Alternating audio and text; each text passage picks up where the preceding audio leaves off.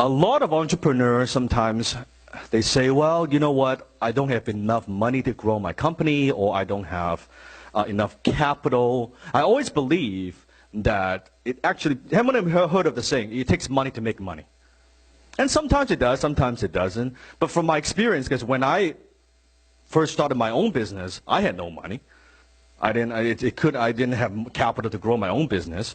So I thought, well, is that true? At first, I believe it was true, but later on in my career, I learned that actually it's not true, because I believe that if you cannot make money without money, you probably cannot make money with money.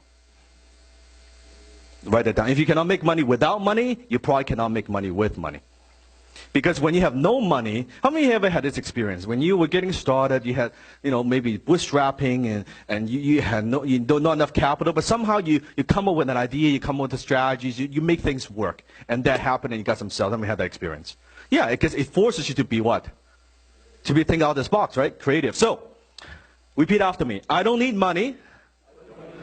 I need a better strategy. Again, I don't need money. I need a better strategy. Once more, twice as loud. I don't need money. Let me tell a story.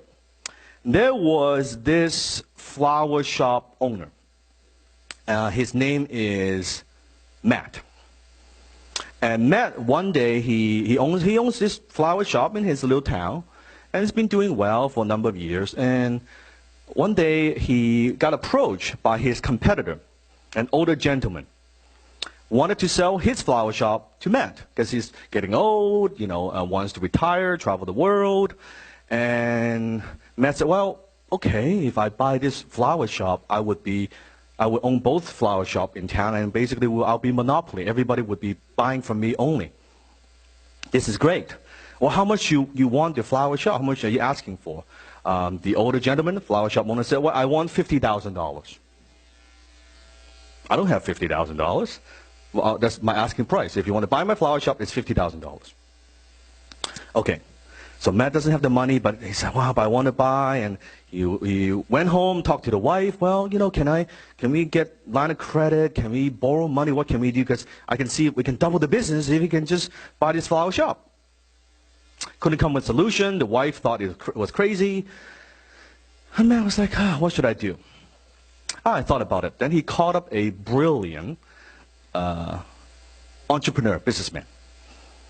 Let's call him Dan. He called up Dan. I'm not saying it's me. I just called up this brilliant businessman. He said, well, Dan, can you loan me $50,000? And Dan was like, well, why do you need the $50,000 for? There's this flower shop in my town that I know if I can buy it, I know it's a great location. We will corner the market, and I can double my business, and it would be great. I know it would be great, but it costs $50,000. I talked to my wife. She doesn't want me to do it, and we can't actually mortgage the home, anything like that. I think it's a great decision. Now, Matt doesn't have the money because what? He doesn't need the money. He needs a what? Okay, so the brilliant businessman said, well, Matt, you don't need money. You need a better strategy. Matt was like, well, what do you mean by that? Ask yourself this question, and you can write this down. Who would benefit from this purchase? Who would benefit from you actually purchasing this store? Who would benefit from this? How do you add value? How do you add value? How do you add what?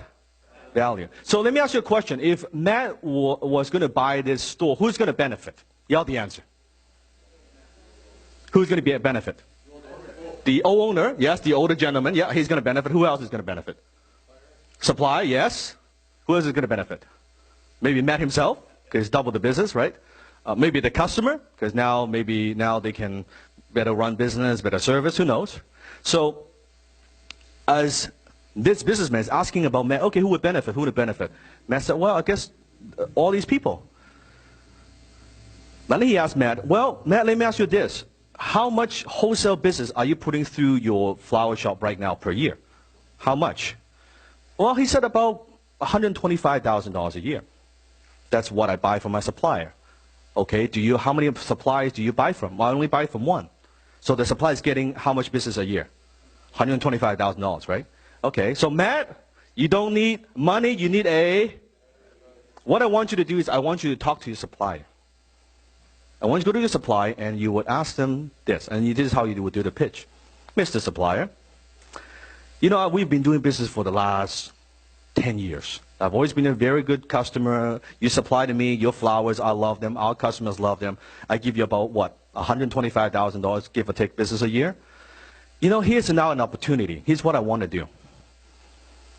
I don't want to just give you $125,000 a year business. I want to give you $250,000 a year in business. But in return, what I want to do is I want to sell you the exclusive rights to provide for my flower shop for the next 5 years. And in return, all I'm asking is $25,000 from you. And I'll give you $250,000 a year worth of business. What do you think? Now, what does the supplier say? Like, no brainer, right? 225 grand, $250,000 a year business. No brainer. Great. Got the 25 grand now, right? Goes back to the older gentleman, the old flower shop owner, and said, well, you know, you were thinking of selling the shop, and I want to buy it, and you were asking how much? You know, I've been thinking about it. Instead of giving $50,000, the older guy's thinking, that guy's going to grind me now. He's going to negotiate. I don't want to give you $50,000. I want to give you $60,000. What? Yes, I don't want to give you $50,000. I want to give you $60,000. But why is that? Well, what I need is, you see, I've got $25,000 here. I give you $25,000 right now. The rest, can we work out some sort of installment plan? I'll give you 60 grand if you give me better terms. Now think of the 10 grand you make extra, and even if you get the 50 grand, you probably put in the bank and get very little interest rate anyway. Right now, 50 grand, you just instantly make 10 grand. Now, what is this older flower shop owner is going to say? Yes, no brainer. Let's do that. Okay, great. So 25 grand. Got the shop.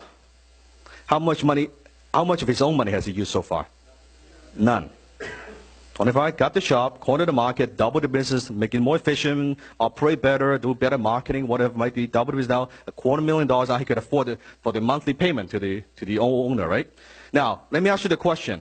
Is this old owner happy? Yes or no? Yes. Okay. Is the supplier happy? Yes. Is Matt happy? Yes. Because you don't need money, you need a better.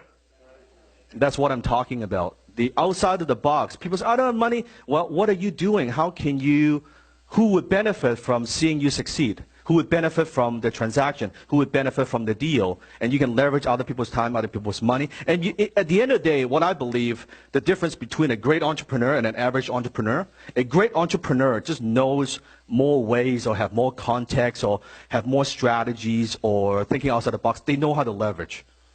If we boil down to one word, it's leverage. It's just leverage. Other people's money, other people's time, other people's expertise, all of that. So take 2 minutes. How long? 2 minutes. Discuss what I just said about and how you can apply this in your own business. I just amount the table. 2 minutes? Go.